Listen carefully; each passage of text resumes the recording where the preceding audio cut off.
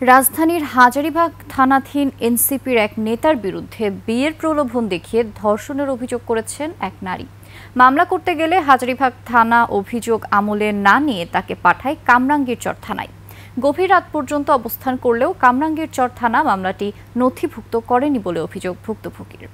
বাকিটা জানাচ্ছেন সোহেল সামি। জীবন অবাক না করলে কে করবে? 28% মিল্ক ফ্যাটের অবাক করার সাথে ফ্রেশ মিল্ক পাউডার। জীবন অবাক করুক প্রতিদিন। শাহাদাত রেহমান রোহান জাতীয় নাগরিক পার্টির হাজারীবাগ থানার সাংগঠনিক সম্পাদক। ভুক্তভোগী নারীর অভিযোগ তার বিরুদ্ধেই। ওর নাম হচ্ছে শাহাদাত হোসেন রোহান। ওর দলের নাম হচ্ছে এনসিবি সাংগঠনিক সম্পাদক। আসামি নিজেই দলবল নিয়ে হাজারীবাগ থানায় গিয়ে মামলা নিতে দেয়নি বলে অভিযোগ ভুক্তভোগীর স্বজনের।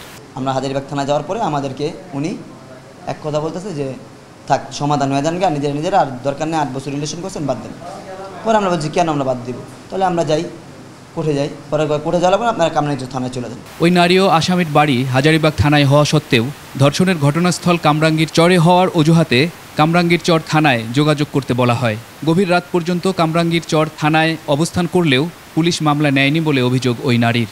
8 বছর যেহেতু আপনার সাথে রিলেশন করে ফেলছে, ও ভুল করে ফেলছে, ফিজিক্যাল রিলেশনও করে ফেলছে, এখন আর কি করবেন? নেক্সটে যেতে আর না করে এরকম আমরা একটা কিছু করে দিই। পুলিশ বলছে ঘটনাস্থল শনাক্তের চেষ্টা চলছে, সত্যতা পাওয়া গেলে ব্যবস্থা নেওয়া হবে।